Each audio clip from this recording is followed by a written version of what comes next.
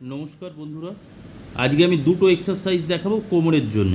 যাদের স্পন্ডিওলিস্থিসিস আছে তারাও করতে পারবেন, অনেকের দেখা যায় লস অফ লোডোসিস তারাও করতে পারবেন, অনেকের দেখা যায় সার্ভাইকালের স্পন্ডাইলোসিস তারাও করতে পারবেন।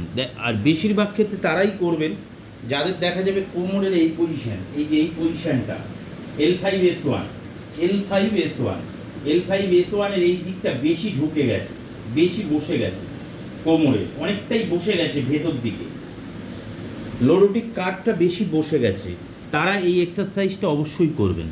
তাহলে কি হবে, যে লোডোটিক কার্ভটা যে অনেকটা বসে গেছে না, বসে যাওয়ার জন্যই অনেক সময় যে এমআরআই করলে দেখা যায় কি লিস্থিসিস হয়ে গেছে, অনেকের দেখা যায় লস অফ লোডোসিসও হয়েছে, অনেকটা ডাউন হয়ে গেছে, সামনের দিকে পেটের দিকে ভার্টিব্রাগুলো এরকম ফাঁকা ফাঁকা হয়ে গেছে, ফাঁকা এরম হয়ে গেছে। অনেকের দেখা যায় রিট্রোলিস্থিসিস, সেন্টারোলিস্থিসিস। এবার যাদেরই আপনি কোমরের পজিশান দেখবেন কোমরে পেনও আছে আর লোডোটিক কার্ভটা এরম বসে গেছে, তারা দুটো এক্সারসাইজ খুব কমন।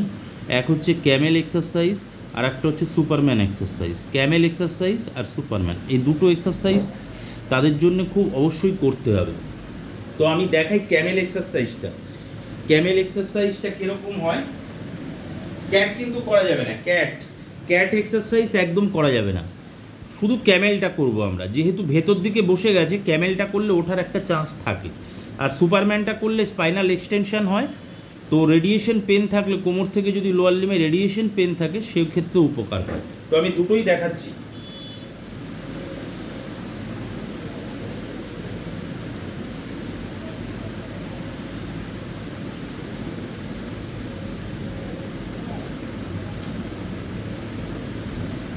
হাত পুরো এরকম করে নিতে হবে, নর্মাল পশ্চার একদম নর্মাল পশ্চার।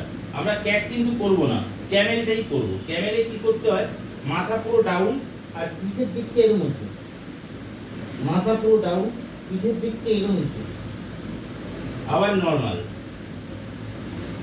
আবার পিঠের দিকটা উঁচু, পেটটাকে ভেতর দিকে টেনে নিতে হবে, আবার নর্মাল। এটা হচ্ছে ক্যামেল। আর সুপারম্যানটা কিভাবে করব,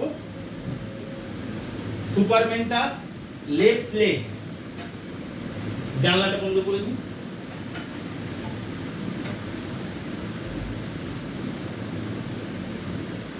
লেফট লেগ আর রাইট হ্যান্ড যতটা পারবো বাড়াবো সামনের দিকে, যতটা পারবো।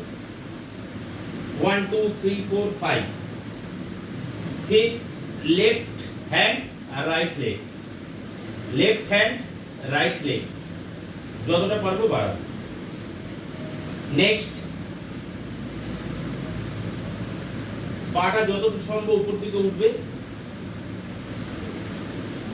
হাতটা বাড়িয়ে দিতে হবে,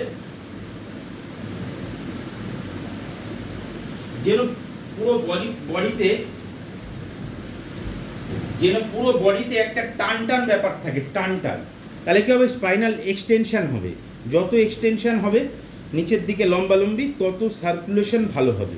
এই এক্সারসাইজটা আপনারা প্রথমে 3বার করে 5 থেকে 7 দিন করবেন, আর তারপরে আস্তে আস্তে বাড়াতে হবে। প্রথমে 3বারের বেশি করার দরকার নেই। বেশি করার প্রথম শুরুতে আমি আগেই বলেছি, কোনো এক্সারসাইজই 3বারের বেশি একদম নয়।